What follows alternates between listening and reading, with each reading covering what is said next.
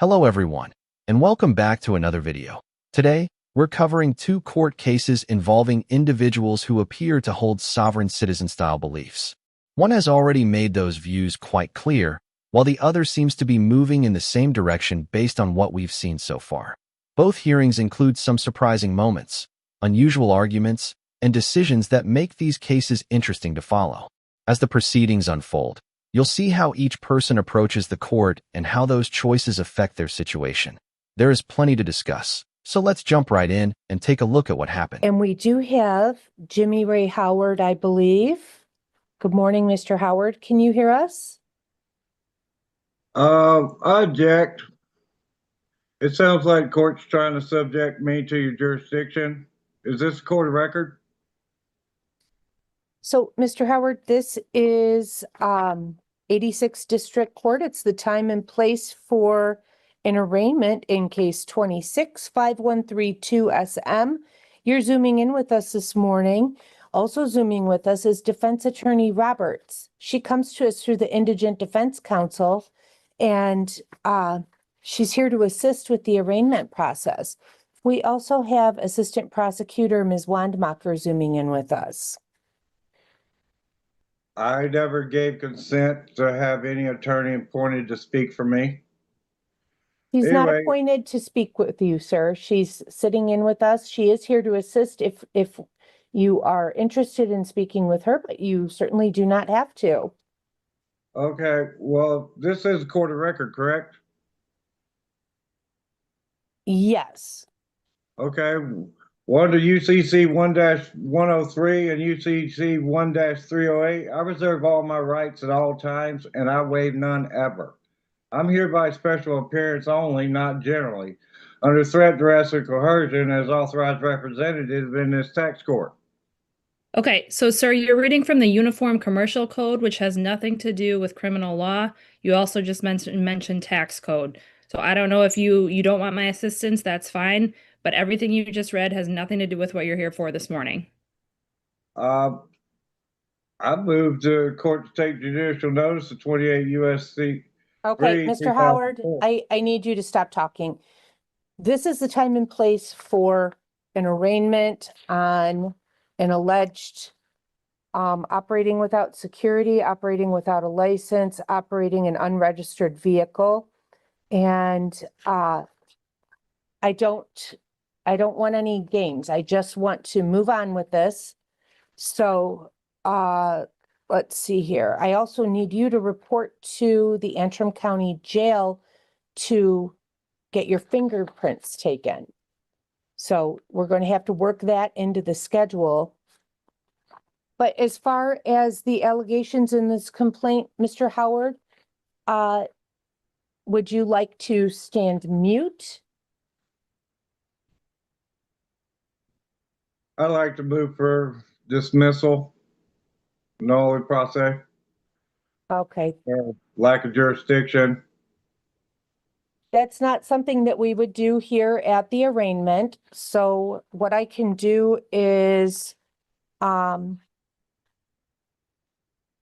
the court to enter a not guilty plea, that you stand mute, and we can set it for a pretrial. Do you want to be screened for a court-appointed attorney, or would you like to operate in pro per and represent yourself? I'm going to represent myself. That hearing pretty much confirmed what many people were already thinking based on his statements and behavior in court. His responses did little to strengthen his position, and several of his arguments seemed to create more confusion than clarity. With that, the hearing came to a close. It was a relatively short proceeding, and the remaining discussion focused mainly on scheduling his next court appearance, which is set for April. No major decisions were made beyond setting the timeline for the case moving forward. Now, we turn to another sovereign citizen case. At first, this individual appears prepared to follow a familiar set of talking points. But things quickly change when the judge asks a few unexpected questions. As the conversation moves away from what he anticipated, he struggles to respond and has difficulty continuing his argument. Let's take a look at how that hearing unfolded and what happened when the discussion took an unexpected turn. The court now calls the case of Kenneth Phelan, 26M23. Mr. Phelan, if you want to come forward. Mr. Phelan is here in person in the courtroom. Thank you for being here today. Mr. Shield is here in person on behalf of the prosecution. I'll find good cause, or I don't need to find good cause. Mr. Phelan, did you understand the rights that you have that I explained earlier? I'm here under a threatened arrest from the state of Colorado, and I retain all of my rights. Okay, so I'm assuming since you're retaining your rights that you understand what your rights are, correct? All right. In your case, you're charged with a petty offense of third degree petty offense. A petty offense of third degree trespass. If you were to plead guilty or be found guilty of this offense, you could be ordered to serve up to 10 days in jail and pay a fine of up to $300. Do you understand the charge that you are accused of? No. What about that charge do you not understand? To the U.S. Constitution, I'm allowed to go into, well, I have a right to petition the government, and so I don't understand how this charge is lawful. Okay, well, you're accused of this. Nobody's finding you guilty. If you believe that you have a legal defense, you can say that you're not guilty and request a trial and require that the prosecution prove the charge beyond a reasonable doubt before you could be convicted or found guilty. But right now, I'm just telling you what you're accused of. Do you understand what you're accused of? Not guilty. Okay. That's not, you're moving steps ahead before my question is, do you understand what you're accused of? No. What about the accusation do you not understand? I understand that you think you're not guilty, but in order to think you're not guilty, you have to understand the accusation. By saying that you're not guilty, that implies that you understand what you're accused of, because you couldn't say that you're not guilty if you didn't understand it. So do you understand what you're accused of? I am in standing of being that this charge is frivolous and malicious. Okay, so you can plead not guilty and seek to require that the district attorney prove the charge beyond a reasonable doubt and that the charge isn't frivolous or malicious, which isn't a defense, by the way. I am going to interpret your response as you understand what you're accused of, because you're telling me that you're not guilty of it and that the charge is frivolous and malicious. You couldn't say that the charge was that you think it's frivolous or malicious if you didn't understand what it was.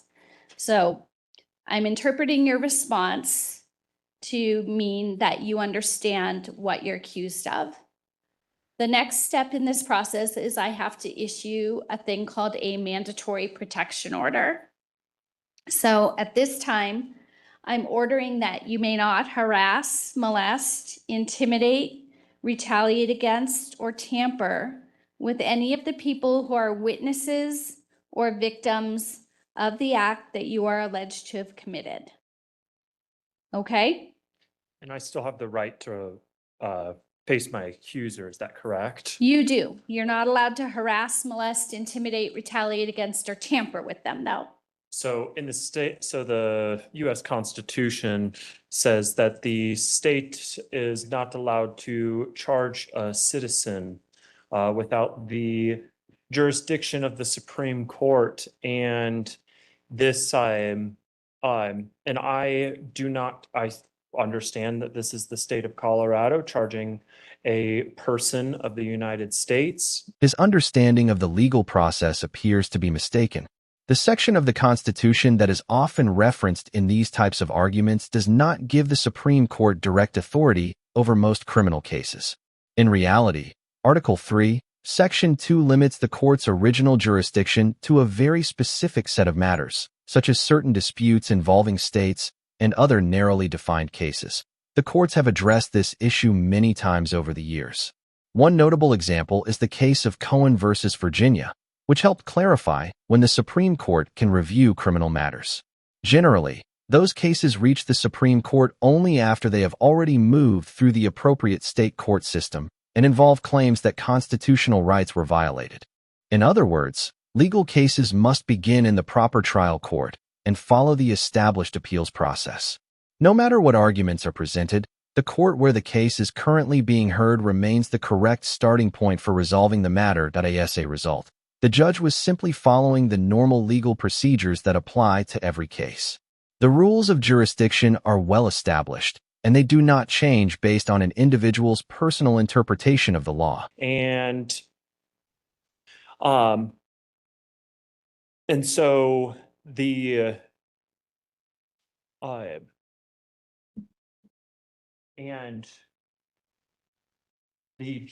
the jurisdiction is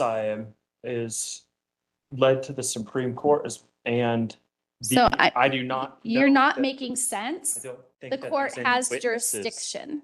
I don't believe there's any witnesses, or can we? You might think that there's no witnesses, and there might be no witnesses, but if there are, you can't harass, molest, intimidate, or retaliate against them.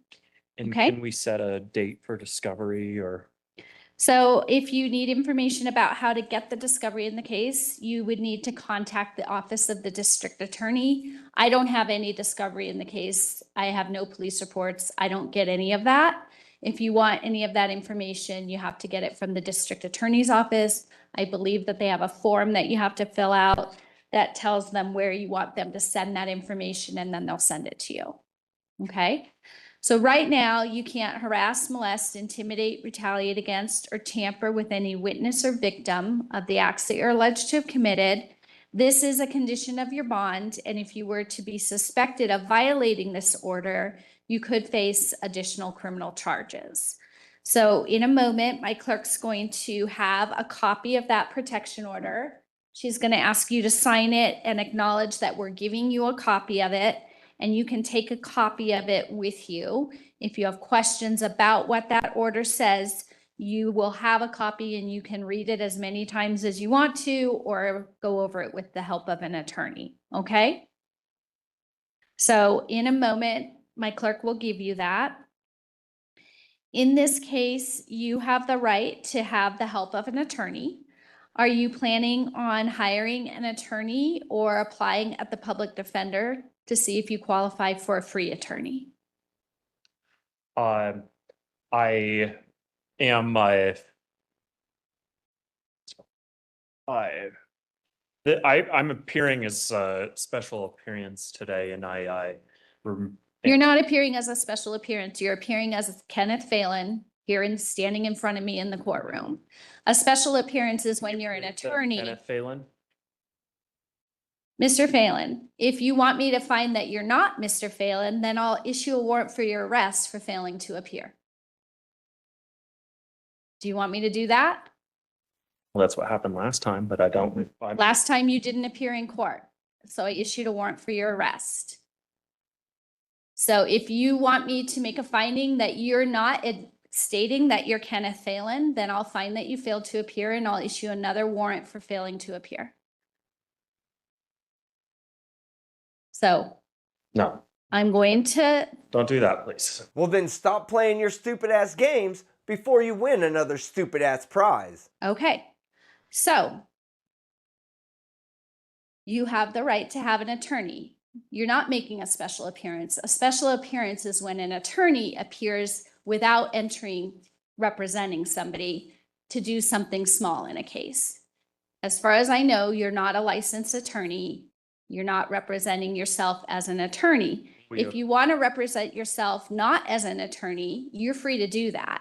But if you want to get an attorney's help on this case, I'm willing to give you time to do that. Would you like time to get an attorney's help on this case? No. All right. Are you going to be representing yourself without an attorney? To jurists. That's not a response. It's a yes or no question. Are you going to be representing yourself without an attorney? I will retain all my rights as a person of the All right. United States. Do you want to plead not guilty at this time and set your matter for trial? Not guilty. All right. We're going to go ahead and set this matter for a trial. I have an advisement that I need to give you because you're setting the case for trial without the help of an attorney. So I have a series of questions that I have to ask you. Do you understand that you have the right to be represented by an attorney throughout these proceedings?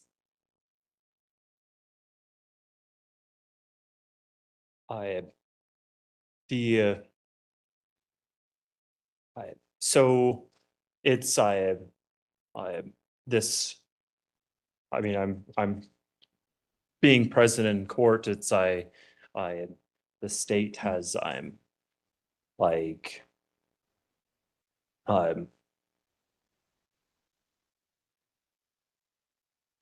It's a yes or no question. You told me that you were Do I- exercising all your rights. One of your rights is the right to have an attorney. Do you understand that? Yes or no? no. What don't you understand about your right to have an attorney? How I am so why this charge has has brought me it's what am I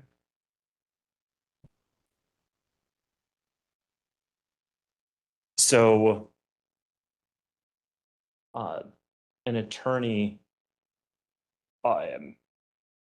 has to be, so if I want an attorney, then there's somebody else in the case that it would be, I just don't understand it, I guess. At some point, it's important to learn from what has already happened. Continuing to repeat the same actions while expecting a different result usually leads to more complications rather than solutions. The court has made its expectations clear, and the consequences of ignoring those expectations can quickly add up. A more productive approach would be to focus on addressing the case directly and following the proper legal process. That if the goal is to improve the outcome, then it may be time to move away from strategies that have not been working. Otherwise, the same choices are likely to bring the same results once again. All right, Mr. Phelan, are you under the influence of any controlled substances today? Nope. It appears to me that you are having difficulty formulating thoughts or expressing yourself in complete sentences. I'm concerned about your competency.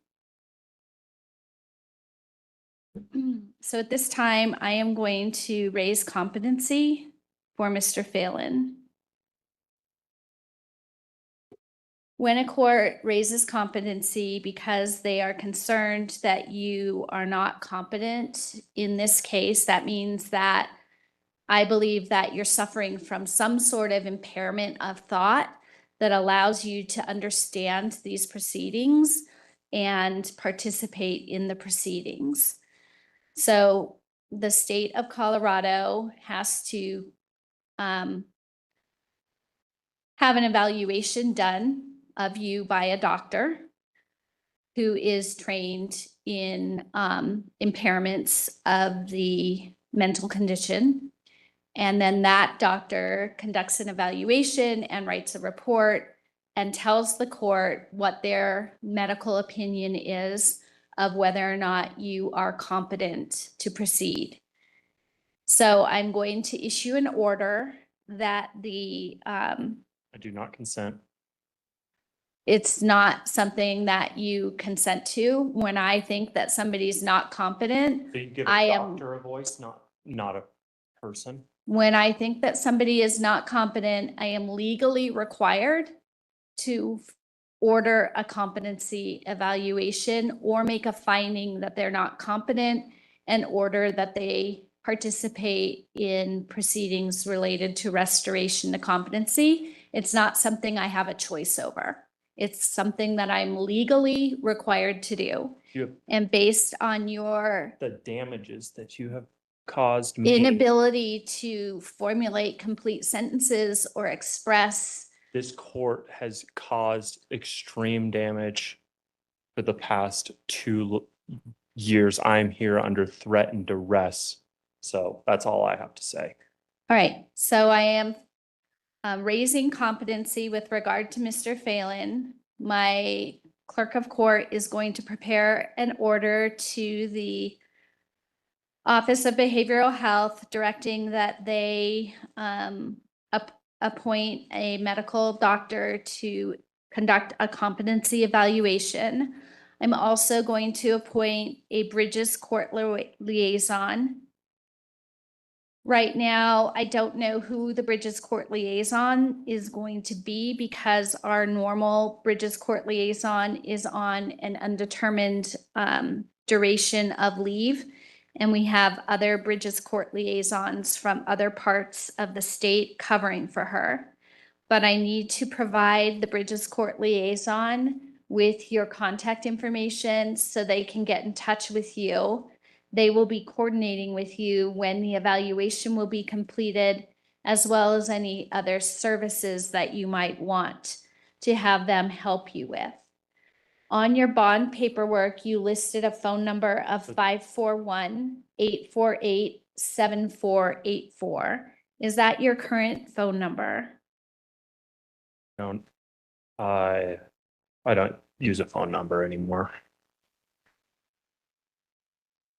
All right, we need to have a way for these people to get in touch with you.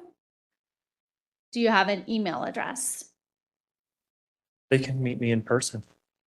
Well, they need They better to not have come a on way my to, private property. they need to have a way to get in touch with you so they can make an appointment with you to meet you in person. Well, I'm gonna stay out on my private property and they ain't gonna reach me. What's your private property address? Oh. It's private. Well, this appears to be a good example of why it's important to verify information before relying on it. Following advice from unreliable online sources can often lead people down the wrong path, especially when it comes to legal matters. Instead of helping his case, some of the arguments and information he relied on seemed to have created even more concerns. When a person's statements or actions raise enough questions during court proceedings, the judge may decide that a competency evaluation is necessary at this stage. The focus may shift from the original arguments being presented to determining whether he fully understands the legal process and can effectively participate in his own case. That development could become one of the most important issues moving forward. All right, Mr. Phelan, it looks like the summons lists an address on State Highway 131. I'm going to have you return to court. I move. Okay, I'm going to have you return to court on Friday morning, and I'm going to have the Bridges Court liaison here so that the Bridges Court liaison can speak to you directly about making an appointment with you. So I'll ask that you please appear on March 27th. That's this coming Friday at 9 o'clock in the morning. You can appear virtually or in person. I'll have the Bridges Court liaison here, and the Bridges Court liaison will talk to you directly about setting up a time to get in touch with you and meet with you and setting up the evaluation. Okay. The 29th. March 27th, that's this coming Friday Okay. at 9 o'clock in the morning. I'll ask that my clerk of court please indicate on the Bridges order the next day and time of the court hearing, and that Mr. Phelan will be available at that hearing for the Bridges Court liaison to get his contact information. All right, Mr. Phelan, you are free now to leave the courtroom, and I'll see you next either virtually or in person on March 27th at 9 o'clock in the morning. Thank you.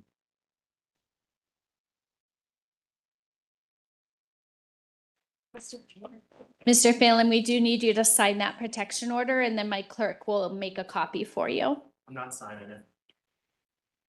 All right, if you refuse to sign it, you've still been advised of it. My clerk will write that you refuse to sign it, and if you want to get a copy of it, she can make a copy for you. But you have been advised on the record. My clerk will note on the form that you've been advised on the record, you've acknowledged the protection order on the record, and that you refuse to sign it. If you want a copy of it, you need to wait here so she can make a copy for you.